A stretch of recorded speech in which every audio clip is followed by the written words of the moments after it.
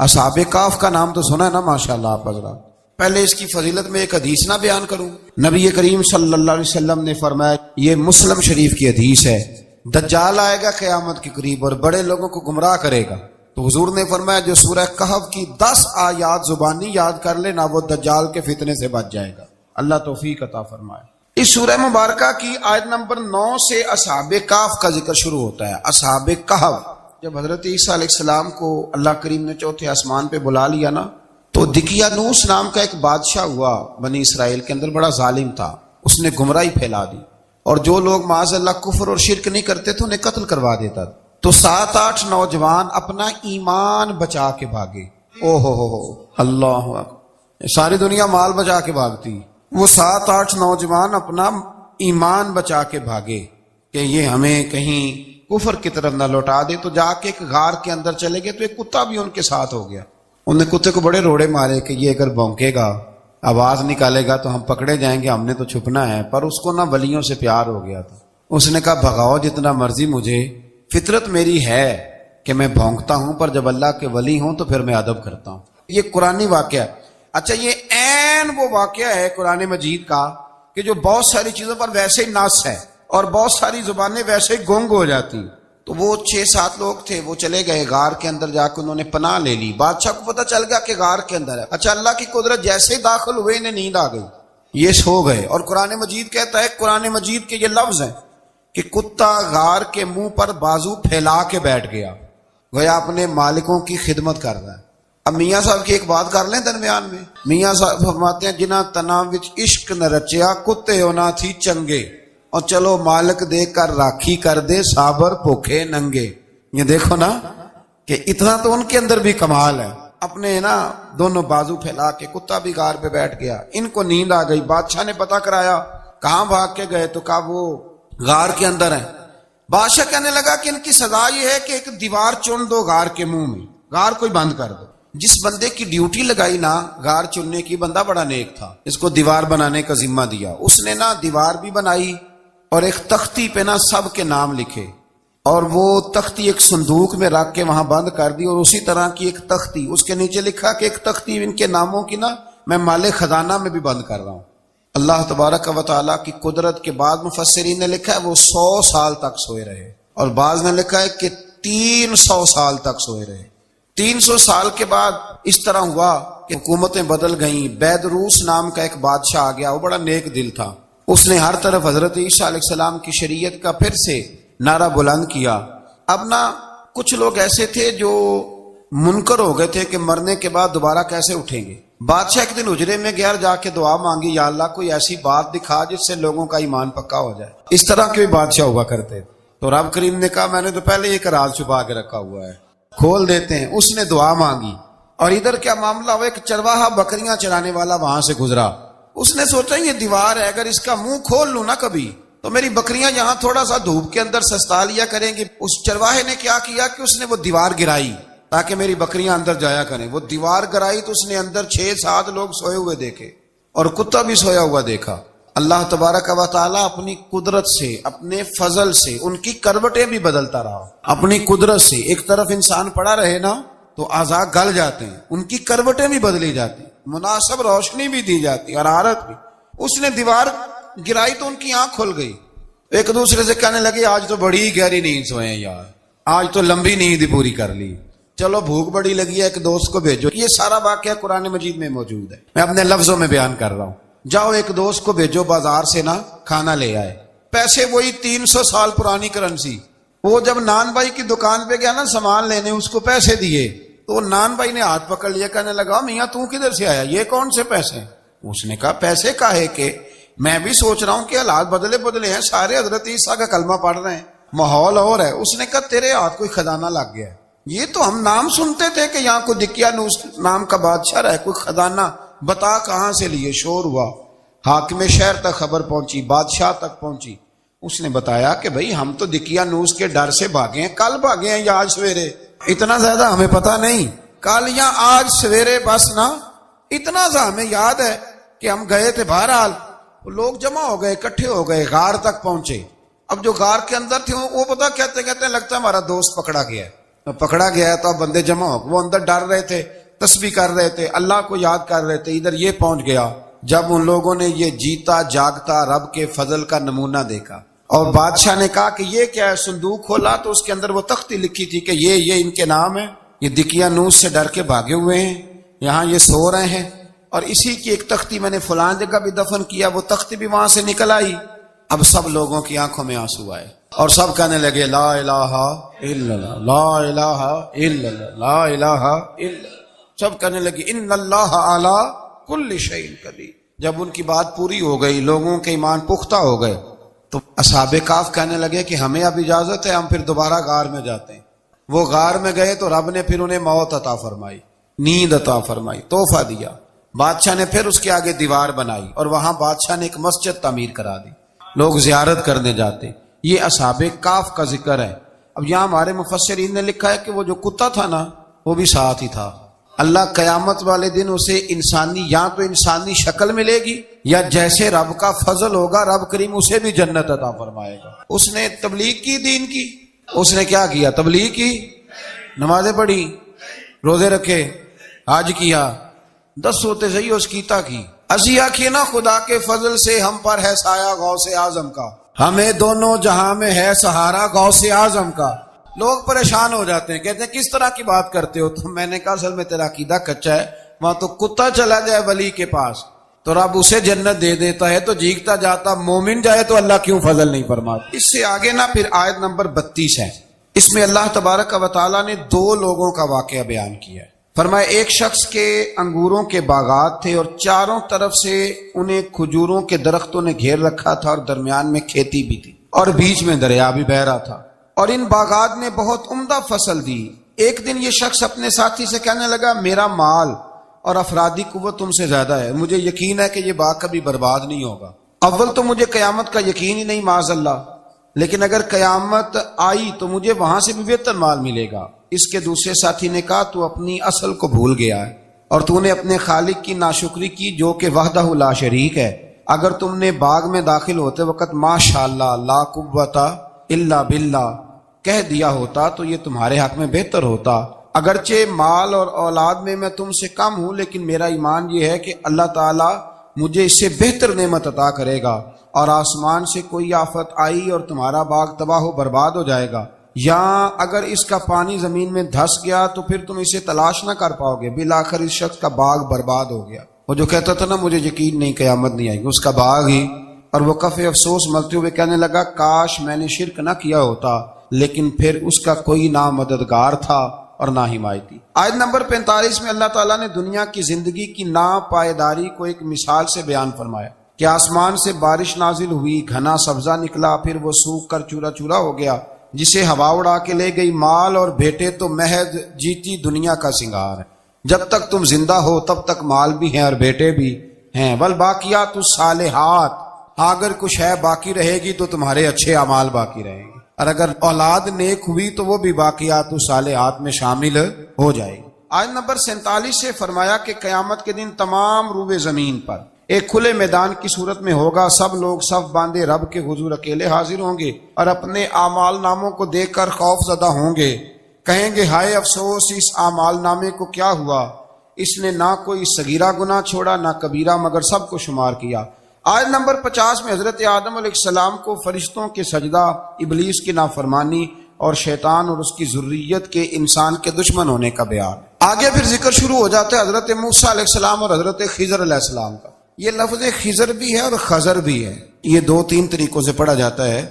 حضرت خضر کے بارے میں مختلف روایات ہیں کہ یہ ولی ہیں کہ نبی ہیں، لیکن مضبوط رائے اکثر بزرگوں کی یہی ہے کہ یہ بھی اللہ کے نبی ہیں، اور بعض نے لکھا ہے یہ ہمیشہ سے زندہ ہیں۔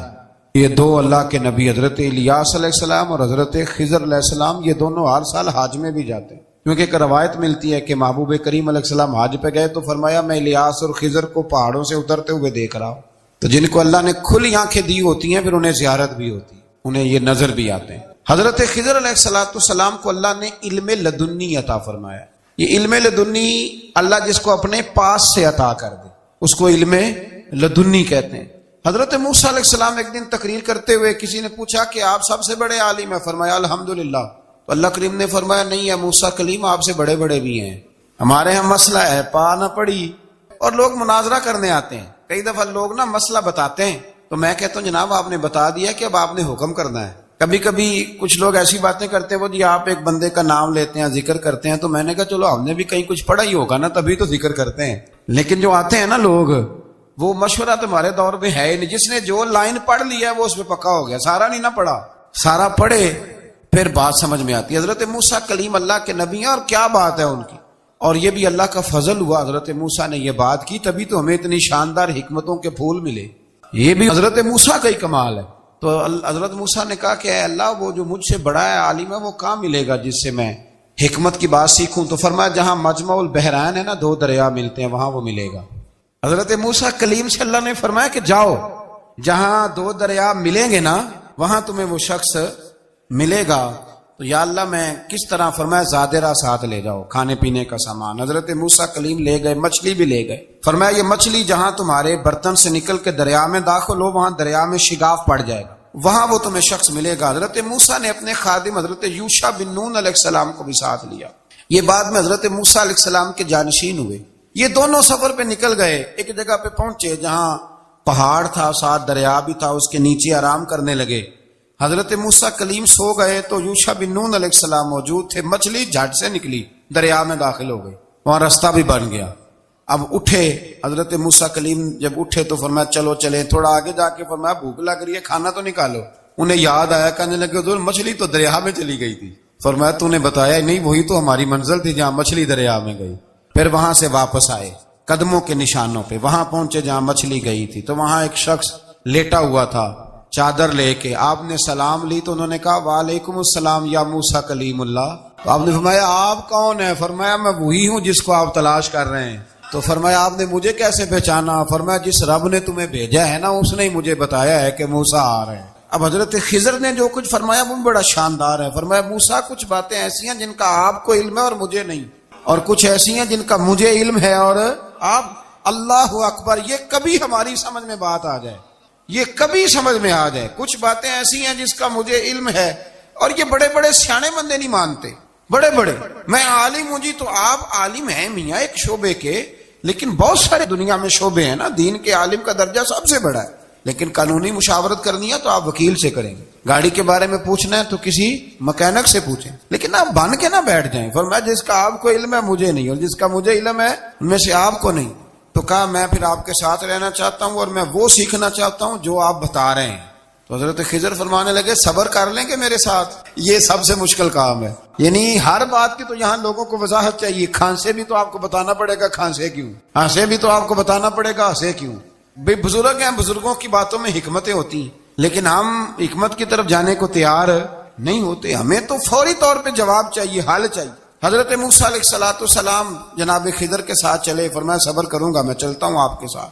دریا کے قریب گئے کشتی میں بیٹھنے کے لیے، تو کشتی والوں نے حضرت خضر کو پہچان لیا، بغیر کرائے کے سوار کرایا، اور جب پار اترنے لگے تو حضرت خضر نے کشتی کا ایک تختہ ہی توڑ دیا۔ حضرت موسیٰ کہنے لگے یہ آپ نے کیا کیا؟ انہوں نے نیکی کی، آپ نے تختہ توڑ دیا۔ فرمایا آپ کو کہا تھا نا آپ نے صبر نہیں کرنا۔ فرمایا چلو میں صبر کروں گا۔ تھوڑا آگے گئے تو ایک نوجوان لڑکا، ابھی چھوٹی عمر ہے، وہ ملا۔ حضرت سیدنا خضر علیہ السلام نے اسے قتل ہی کر دیا۔ فرمانے لگے آپ نے قتل ہی کر دیا؟ ایک قرآن مجید ہے بھائی، میں کبھی کبھی سوچتا ہوں یہ ہم کسی درویش کی بات سناتے تو بندے ہٹ جاتے، فتوے نکلتے کہ نہ نکلتے؟ میرا خیال ہے ہر مسجد سے نکلتے، اور فتوے ایک جتنے مسجد میں نمازی ہوتے سب کے ہاتھوں میں فتوے ہوتے۔ قتل کر دیا، قتل ہی ہو گیا بندہ۔ تو حضرت سیدنا موسیٰ علیہ السلام فرمانے لگے آپ نے قتل ہی کر دیا۔ فرمایا میں نے کہا تھا نا آپ نے صبر نہیں کرنا۔ آپ فرمانے لگے چلو اگر اب میں بولا نا تو بے شک آپ مجھے علیحدہ کر دیجئے گا۔ حضرت موسیٰ کلیم اب بولا تو علیحدہ کر دے۔ ایک بستی میں داخل ہوئے، بستی کے لوگوں سے پانی مانگا تو انہوں نے پانی بھی نہ دیا، آرام کرنے کو جگہ بھی نہ دی، پر وہاں ایک دیوار گر رہی تھی، حضرت خضر علیہ السلام نے سیدھی کرنی شروع کر دی، ساری دیوار بنائی۔ تو حضرت موسیٰ کہنے لگے کن لوگوں کی خدمت کر رہے ہو جنہوں نے پانی بھی نہیں دیا، جنہوں نے پانی تک نہیں پوچھا؟ فرمانے لگے بس بھیا آپ نے وعدہ کیا تھا کہ اب بولیں گے تو بے شک علیحدہ کر دینا، آپ بولیں، اب آپ کا اور میرا ساتھ زیادہ نہیں چل سکتا، آپ بولیں۔ جو بول پڑے نا، غلامی کرے تو رستے لمبے چلتے ہیں، اور جو بولے نا جس کو وضاحتیں چاہیے ہو وہ غلام نہیں ہوتا، اس کے ساتھ پھر باتیں لمبی ہاں تو آنکھ بند کر کے چل، ہاں آزم یاتے لائیے ہی نہ تجھے لائیے تھے، پھر آنکھ بند کر کے پیچھے چل کے بات ختم ہو گئی۔ حضرت خضر علیہ السلام نے جب کہا نا کہ اب آپ کا وعدہ ختم ہو گیا، فرمایا میں آپ کو جانے سے پہلے حکمت بتاتا ہوں، یہ وہ علم ہے جو اللہ نے مجھے اپنے پاس سے عطا فرمایا ہے، یہ وہ ہے جو علم لدنی ہے۔ کہا جناب کیا مطلب؟ فرمایا وہ جو میں نے تختہ توڑا تھا نا، تو یہ مسکین بچے ہیں جن کی کشتی تھی، تو دریا کے اس پار بادشاہ کھڑا تھا، وہ جو صحیح صحیح کشتیاں ہوتی تھی قبضے کر لیتا تھا، اور جو تھوڑی سی ٹوٹی پھوٹی ہوتی تھی نا وہ چھوڑ دیا کرتا تھا، تو میں نے تھوڑی سی کشتی ان کی اس لیے توڑ دی ہے تاکہ دیکھے گا تو چھوڑ دے گا، اس لیے میں نے بھلا کیا ہے۔ اور فرمایا وہ جو بچہ میں نے قتل کیا نا، وہ شروع سے ہی کفر کا دل دادا تھا، اس کے ماں باپ نیک تھے، اگر بڑا ہوتا جوان ہوتا تو ہو سکتا ہے ماں باپ کو بھی کفر میں مبتلا کر دے، اب اس کے بدلے اللہ انہیں صالح بیٹا عطا فرمائے گا، تو یہ بھی میں نے اللہ کے دیے ہوئے علم سے کیا۔ اور فرمایا یہ جو دیوار میں نے نبی ہو کے یا ولی ہو کے مزدوری کر کے دیوار بنائی ہے نا، اللہ اکبر، فرمایا یہ دیوار عام لوگوں کی نہیں، یہ یتیم بچوں کا خزانہ ہے دیوار کے نیچے، یہ گر جاتی تو خزانہ ظاہر ہو جاتا، اور بچائی اس لیے ہے کہ وکان ابوہما صالحا، ان بچوں کا باپ نیک آدمی تھا، ان کا باپ، قاضی ثناء اللہ صاحب پانی پتی فرماتے ہیں ڈائریکٹ باپ نہیں تھا، 7ویں نسل میں جا کے باپ بنتا تھا۔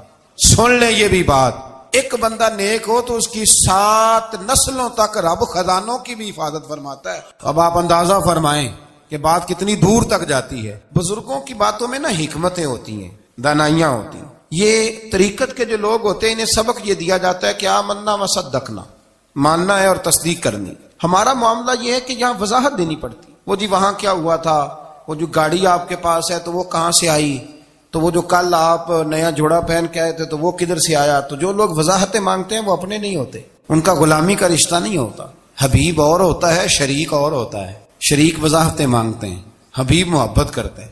ہمارا آج سب سے بڑا المیہ یہ ہے، سب سے بڑا، کہ ہم کسی حکمت کے تحت کوئی بندہ اگر کوئی کام کر رہا ہے تو مجبوری ہے کہ ہمیں وہ حکمت بتائی جائے، ایسا نہ کریں۔ یہ طریقہ حضرت غوث اعظم رضی اللہ تعالیٰ عنہ، حضور غوث پاک رضی اللہ تعالیٰ عنہ کو ایک شخص ملنے آ گیا، ملا علی قاری نے لکھا ہے، آپ کے ایک مرید نے کہا چل میرے پیر سے ملنے، کہنے لگا میں نہیں جاتا ملنے کسی پیر شیر سے، کہا نہیں آؤ تو صحیح۔ وہ آیا نا تو اس نے دیکھا کہ 50 گھوڑے عربی نسل کے کھڑے ہیں غوث پاک کے دروازے، موٹے تازے چوڑے عربی نسل کے گھوڑے۔ اس کے دل میں خیال آیا، کہنے لگا یار سواری کے لیے اگر رکھے ہیں تو ایک بھی کافی تھا، 50 کی کیا ضرورت تھی۔ اللہ اکبر۔ اب واقعی 50 کھڑے تھے، مرید کے پاس جواب ہی کوئی نہیں تھا، کہنے لگا یار پتہ مجھے بھی کوئی نہیں، لیکن حضرت صاحب نے رکھے ہیں تو حکمت ضرور کوئی ہوگی۔ اللہ اکبر۔ وہ چلے گئے واپس، وہ روز تنقید کرتا، کیسا تیرا پیر ہے 50 گھوڑے رکھے ہوئے، کیسے تیرا پیر ہے 50 گھوڑے رکھے ہوئے۔ کچھ دن گزرے تو ملا علی قاری کہتے ہیں وہ اعتراض کرنے والے کے پیٹ میں کوئی تکلیف ہوئی، بغداد کے سب سے بڑے طبیب کے پاس گیا، اس نے کہا تیرا تو جگر تباہ ہو گیا ہے، عربی نسل کا ایک گھوڑا چاہیے، اس کو ذبح کریں گے، اس کا جگر نکالیں گے، اس کی دوائی بنا کے تجھے کھلائیں گے، اور 50 گھوڑے ہوں گے تو بچے گا۔ اب پریشان ہو گیا، کہنے لگا گھوڑے ہیں تو صحیح، پر جو میں حال کر رہا ہوں گا گھوڑے تو نہیں ملیں گے، میرا تو جوتوں والا کام ہے، وہ شاید مل جائیں۔ لیکن جب انسان مرنے لگتا ہے تو پھر اس کو ڈوبتے کو تنکے کا سہارا۔ اپنے دوست کے پاس گیا، کہنے لگا چل تیرے پیر کے پاس چلیں۔ اس نے کہا تجھے نہیں لے کے جانا، تو تنقید کرتا ہے، کہتا ہے ایک دفعہ چاہیے کیا، کہا گھوڑے، کہنے لگا تیرے لیے رکھے ہیں کوئی، جا دوڑ جا، میرے حضرت صاحب کی ضرورت کیا ہے۔ لیکن جب غوث اعظم کی خانقاہ میں داخل ہوئے نا تو حضور غوث اعظم اٹھ کے ملے، اللہ والے دلوں میں باتیں نہیں رکھتے، ماتھا چوما اور فرمانے لگے میاں تو ایک دن نا میری گلی سے گزر رہا تھا تو میری تیرے اوپر نظر پڑی، تو مجھے نظر آیا تو بیمار ہوگا اور تیرا علاج عربی نسل کے 50 گھوڑوں کی وجہ سے ہوگا، تو میں نے تیرے لیے لا کے کھڑے کیے ہوئے ہیں، تیرے لیے ہی کھڑے کیے ہیں، اب تو نا گھر بھی لے جانے کی ضرورت نہیں، چارہ بھی میرے مرید ہی ڈال دیا کریں گے۔ تو اس طرح کرنا، روز آنا ایک گھوڑا لے جانا، پھر اگلے دن آنا تو دوسرا۔ وہ خدا کے بندے تیرے لیے رکھے تھے، تو تنقید کر رہا ہے۔ اللہ کے بندے پردہ پوش ہوتے ہیں، ہاں شرط یہ ہے کہ وہ بندہ صالح ہو، دیندار ہو، وہ والا پیر نہ ہو جو نماز بھی نہ پڑھے اور گھوڑے 15 رکھے ہوئے ہوں اس نے، وہ والا معاملہ نہ ہو۔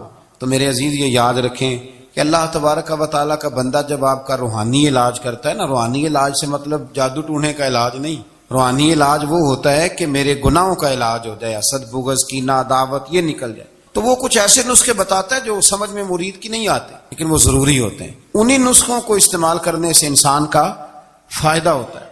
جی کرنے والے لوگ ہمیشہ کامیاب رہتے ہیں. وہ ماں باپ کے آگے کریں، استاد کے آگے کریں، شیخ کے آگے کریں. اور جن کو وضاحتوں کی ضرورت ہوتی ہے، ہاں ایک شرعی بات ضرور ہے، وہ ضرور سن لیں. اگر آپ کو کہیں کچھ شرعی قباحت نظر آئے جو قرآن و سنت سے ٹکراتی ہو تو وہ آپ پر فرض ہے آپ اپنے مرشد سے پوچھیں. کتنی بڑی بات کر رہا ہوں. یعنی جو چیز قرآن و سنت سے ٹکرا رہی ہو اس کی وضاحت طلب کرنا ضروری ہوتا ہے.